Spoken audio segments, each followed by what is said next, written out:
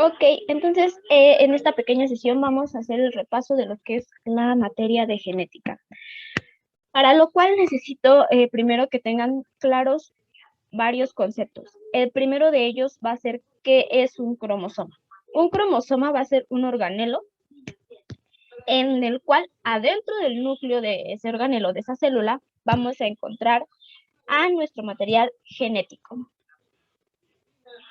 Entonces, ese es el cromosoma como tal, o la estructura. Dentro de él tenemos al genoma. El genoma va a ser un conjunto de genes, pues contenidos dentro del cromosoma. Y luego,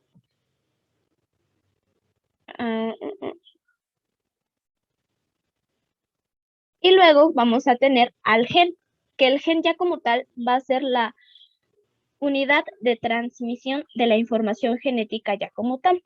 Y pues entonces, si lo quieren ver hacer es cromosoma, genoma y gen. Nuestro gen va a estar formado por dos cosas, un intrón y un exón. La parte del exón es la parte que va a transcribir un ARN mensajero para formar a las proteínas, mientras que el intrón no va a contener información para formar o fabricar proteínas. Entonces el que nos importa sería el exón. Aparte de estas, necesito que sepan otras definiciones, como lo es el genotipo y el fenotipo. Son dos cosas diferentes. El genotipo es pues el componente genético que refiere a la secuencia de nucleótidos que ahorita vamos a ver dentro del ADN, mientras que el fenotipo va a ser la expresión del genotipo, es decir, las características que nosotros vemos en una persona, su color de ojos, su color del cabello, la forma del cabello, etc. También quiero que sepan la definición de un alelo.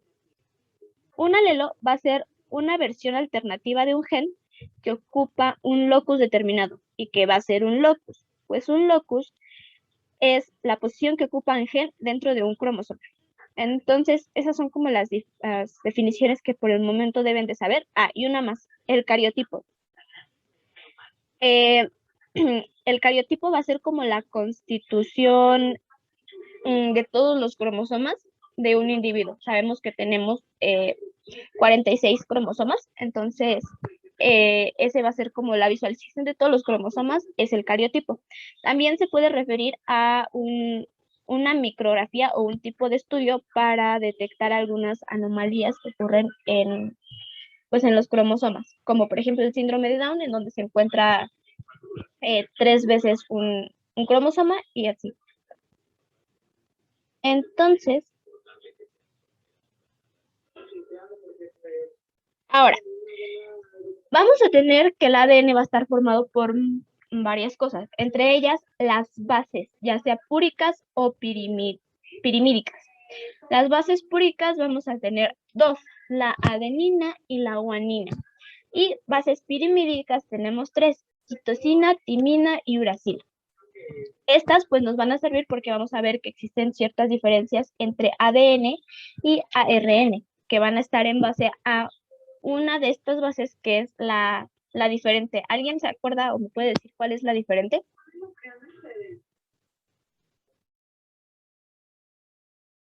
¿Uracilo? Ajá, el uracilo, ¿en cuál está? ¿En ADN o en ARN? ¿En ARN? Es correcto, entonces esa es la que vamos a cambiar, pero ahorita lo vamos a ver más adelante en otra diapositiva. Pero sí, estás en lo correcto. Ahora, también vamos a tener dos tipos de pentosas que igual van a cambiar, la ribosa y la desoxirribosa. Ahorita vamos a ver cuál va en cuál.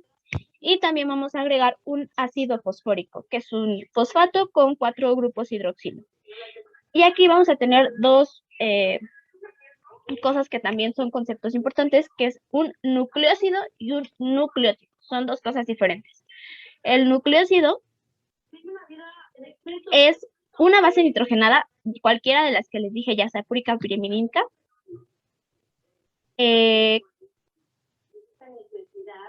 más una de las azúcares, ya sea una ribosa o una desoxirribosa. Mientras que el nucleótido va a ser una base nitrogenada más un azúcar, y aquí a este le vamos a agregar el grupo fosfato. Y los nucleótidos van a ser lo que constituye, al final de cuentas, a nuestro ADN o ARN.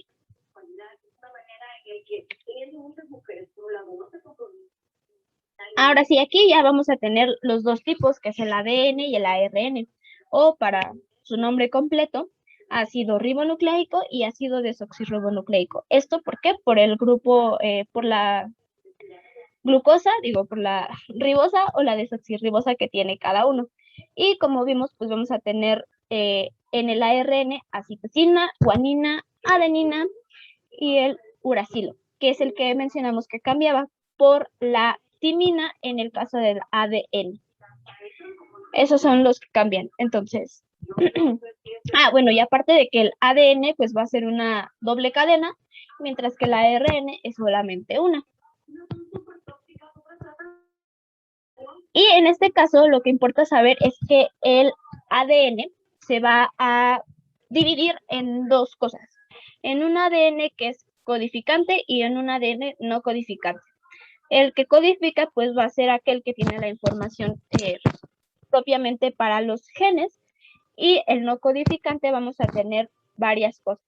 Los intrones, que son regiones dentro de un gen que van a transcribir a un ARN, pero no van a codificar, como su nombre lo dice. Tenemos a los pseudogenes, que son genes duplicados, pero que no tienen como tal una función. Tenemos a los transpasones o transposones, que van a ser secuencias de ADN que van a estar brincando de un lado al otro entre toda nuestra cadena, alterando o causando modificaciones. Tenemos el ADN satélite, que es otro. Este va a ser secuencias de ADN que se encuentran repetidas. Entonces, eso es lo importante de saber del ADN. Luego, vamos a tener la forma en la cual se va a empaquetar nuestro ADN. En este caso vamos a comenzar con que recordarán que la cadena tiene, nuestro ADN va a tener un grupo fosfato. Este grupo fosfato le va a otorgar una carga negativa. Entonces, esa carga negativa va a atraer a un grupo de proteínas denominadas histonas. Estas histonas se van a agrupar en 8, o sea, se van a agrupar 8 histonas y van a formar un octámero. Vamos a tener dos tipos de cada histona diferente. Las histonas son H2B, H2A, H3 y H4. Vamos a tener dos de cada una. Y a esa estructura se le va a llamar nucleosoma. ¿Por qué?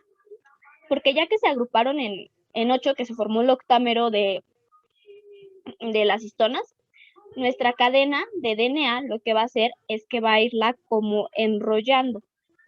Y a eso se le llama nucleosoma. O, pues, como va a estar, esto va a ser a todo lo largo de la cadena del DNA. Entonces, si lo vemos así de la manera larga, nos formaría una estructura que conocemos como un collar de cuentas o como el rosario. Después de eso, entre cada nucleosoma o entre cada octámero, vamos a tener a un tipo de histona que es la H1. Estas histonas van a tener la capacidad como de juntarse o de plegarse. Entonces, si se atraen varias, se va a ir compactando hasta que se juntan y se acomodan uno sobre otro, se van a ir como encimando. Y eso nos va a formar a la siguiente estructura del proceso de empaquetamiento del DNA, que es el solenoide. Y después de este solenoide, pues se le van a unir otras proteínas que ya no son específicamente histonas, y estas lo que van a hacer es que se haga una especie de pliegues a los cuales le van a llamar bucles, y nos va a quedar lo que es la cromatida extendida que ven en el siguiente proceso del empaquetamiento.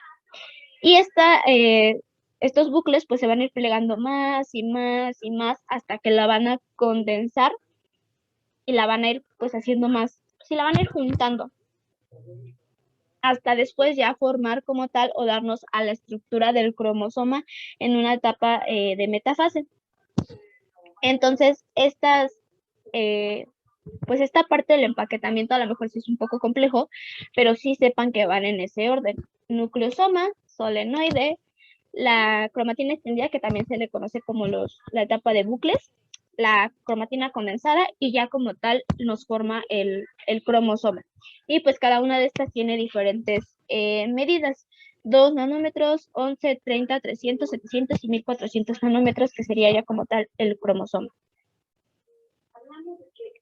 No sé si hasta aquí tengan alguna duda, comentario, sugerencia, pregunta. Algo que quieran que repita, chicos. No, bueno, yo no. No, doctora. Ok, entonces pasamos a la diapositiva que sigue. Otra parte importante que nosotros tenemos que ver es el... mándeme. ¿Iban a preguntar algo? ¿O no?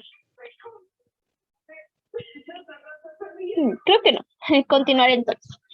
Otra parte importante que necesitamos ver es el ciclo celular. El ciclo celular, pues, es una serie de pasos, etapas que tienen lugar en la célula durante su crecimiento y durante su división como tal. Tenemos dos partes, una que es la mitosis y otra cosa que es la interfase. Primero vamos a ver la mitosis, que a su vez se divide en 5 fases: profase, metafase, anafase, telofase y la citoquinesis. En este caso, pues vamos a ir en orden, ¿no? Es primero la profase.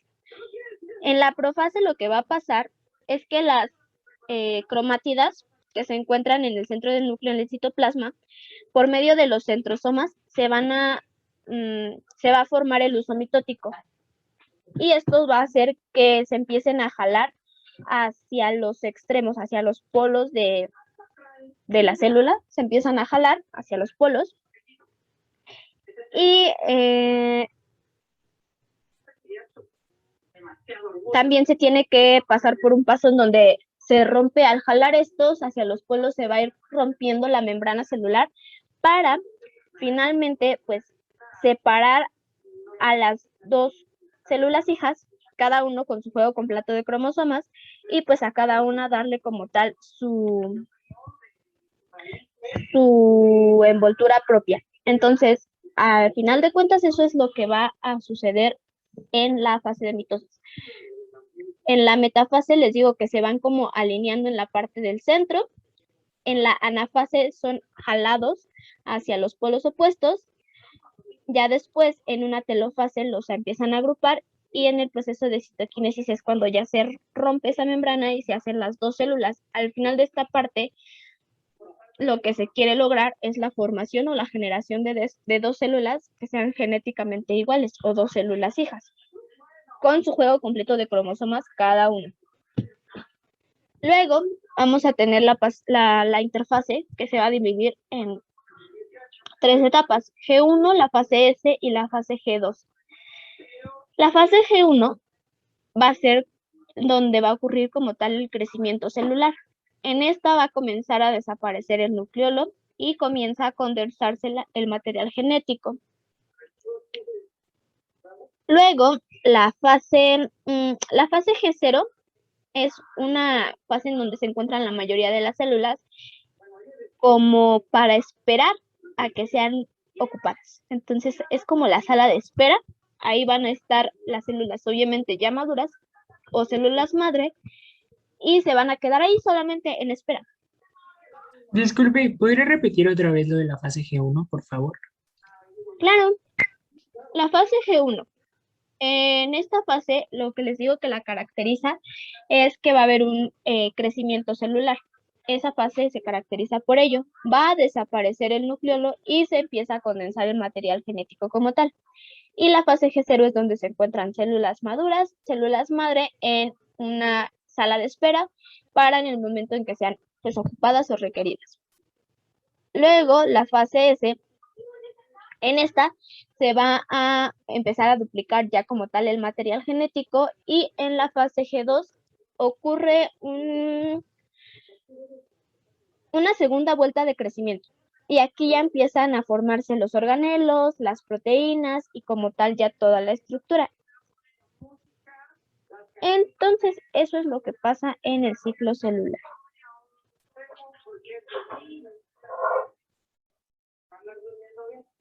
Ahora, llegamos a una parte muy complicada, un tantito enredada, que es el proceso de replicación. Este proceso de replicación vamos a encontrar muchas cosas. Pero pues nos vamos a ir en orden. Primero tenemos a la helicasa,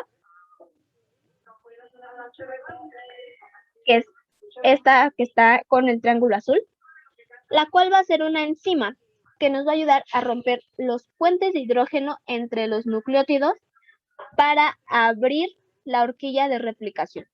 Para que nuestro ADN se pueda replicar, esa es la que nos va a ayudar a darle paso o a abrir. Las proteínas de cadena simple o las SSP nos van a unir a las hebras de ADN que están pues separadas ya como tal para que no se vuelvan a pegar. Luego tenemos acá al final a la topoisomerasa. Esta enzima lo que nos va a ayudar o nos va a permitir es que no se superenrolle, o sea que si ustedes jalan un hilo de esos que tienen como 2 hebritas o más, ustedes lo abren y al final de ese hilo se hace super, como que se amontona esa parte al final. Entonces la topoisomerasa lo que va a hacer es evitar que pase eso, que se siga como super enrollando en ese sentido. Luego está la primasa, que se encarga de poner a los primers. Los primers pues va a ser como tal esa parte con la que va a iniciar la replicación.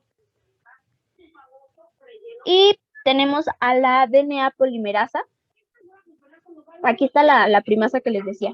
Es ahí donde se va a iniciar como tal el proceso de replicación. Luego la ADN3 polimerasa,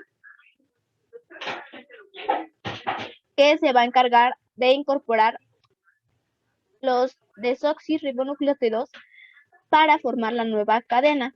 Pero ojo aquí, porque la ADN polimerasa de tipo 3 solo va a funcionar en dirección 5', 3'. Es decir, de acá para acá. De este lado para acá. Eso solo funciona en esa dirección. Luego tenemos a la exonucleasa,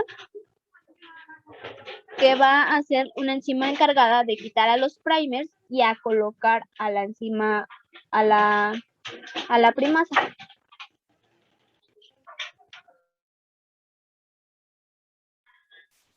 Luego, la ligasa, que se va a encargar de unir a las bases nitrogenadas y a formar de nuevo los puentes de hidrógeno entre los pares de bases para que pueda regresar a su forma original del ADN.